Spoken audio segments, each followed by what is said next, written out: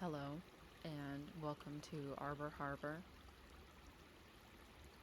I know this guy, and he's always been a bit nervous.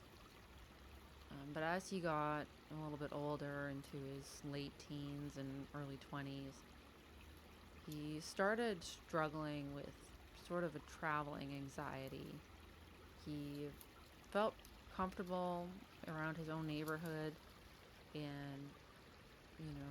would travel freely, more or less, within his own city. But once he tried to leave his hometown, he would just have this awful anxiety.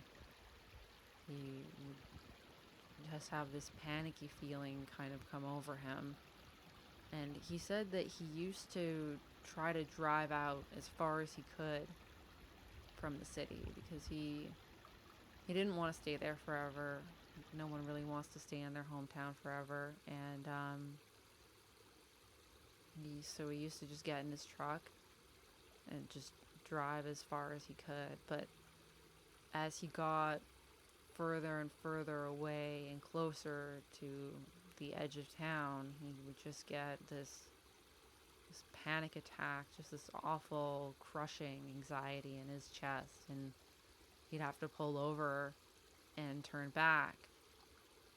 But then the next day, as he got close to the point that he'd made before, he started feeling anxious about the anxiety and the fear and just the suffering he would experience as he approached the last point.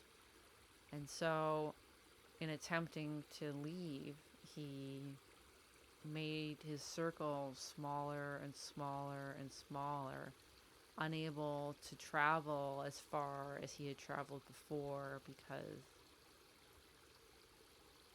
he would feel afraid of feeling afraid. And he did get better. He kind of realized that he was kind of teaching himself to not do things in order to avoid the anxiety. And once he kind of understood how his anxiety was rewarding him for not facing it, I think it became a little bit easier to face. And I think about that story a lot.